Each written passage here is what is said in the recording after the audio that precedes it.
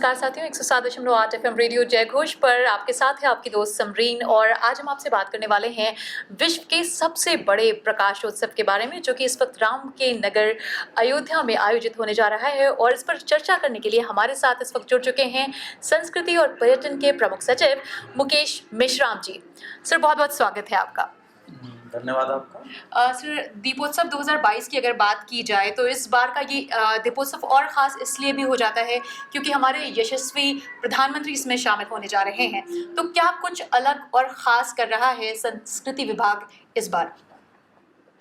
मुख्य रूप से यह 6वां दीपोत्सव है जो अयोध्या में आयोजित किया जा रहा है पर्यटन विभाग के द्वारा एक वृहद स्वरूप में, क्योंकि जो अमूमन दीपावली जिसे हम जानते हैं ये प्रकाश का पर्व है, असत्य पर सत्य की विजय है, अंधकार पर उजाले की विजय है। और इसको हम प्रतीकात्मक रूप में देखते हैं जब भगवान श्री रामचंद्र जी ने पूरे के पूरे विश्व से यह माना जाता है कि राक्षसों के जो सबसे महाराजाधिराज थे रावण, उनका संहार करके वो अयोध्या वापस लौटे थे। और इस खुशी में लोगों ने दीपक जला करके और उनका स्वागत किया था, हर्ष उल्लास के साथ में इस पर्व को मनाया था। तो पूरे देश भर में, बल्कि जहाँ जहाँ पर भी भारतवंशी या हमारे सांस्कृतिक धरातल के लोग विद्यमान हैं, वो सारे के सारे इसको दीपोत्सव को आयोजित करते हैं। तो यही यहाँ पर भगवान श्री रामचंद्र जी,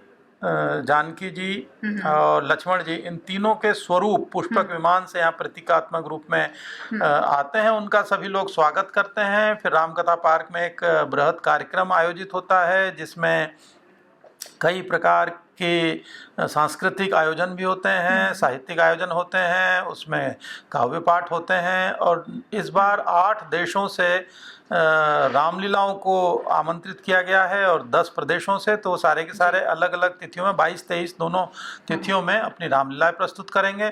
साथ ही साथ जो राम की पैड़ी है वहाँ पर अवध विश्वविद्यालय के विद्यार्थियों के द्वारा और बहुत सारे वॉलंटियर्स के द्वारा वहाँ पर दीप जलाए जाते हैं। और वो जो पूरा का पूरा कार्यक्रम होता है दीपदान का, ये एक बृहद स्वरूप में आयोजित होता है और विश्व कीर्तिमान भी इसको हम लोग बना रहे हैं। तो लगातार हम पिछले कई वर्षों से विश्व कीर्तिमान स्थापित कर रहे हैं और इस बार भी इसी प्रकार का यह प्रयत्न है।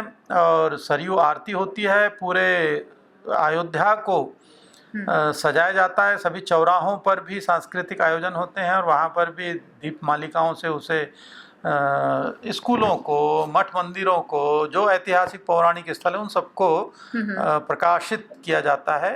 एक भव्य आतिशबाजी का भी शो है, क्योंकि उसमें डिजिटल ग्रीन आतिशबाजी जो सरयू का घाट है उसके किनारे पर की जाएगी। लेजर म्यूजिकल शो होता है और रामायण की जो गाथा है उसको बहुत ही कम शब्दों में, गागर में सागर की भांति म्यूजिकल तरीके से प्रोजेक्शन मैपिंग और होलोग्राफी के जरिए प्रस्तुत भी किया जाता है। तो साथियों, आपने जाना कि 2022 का दीपोत्सव क्या खास है, किस तरह के कार्यक्रम होने वाले हैं। तो इस उम्मीद के साथ कि आप इसमें शामिल होंगे, अपने दोस्त समरीन को दीजिए इजाजत।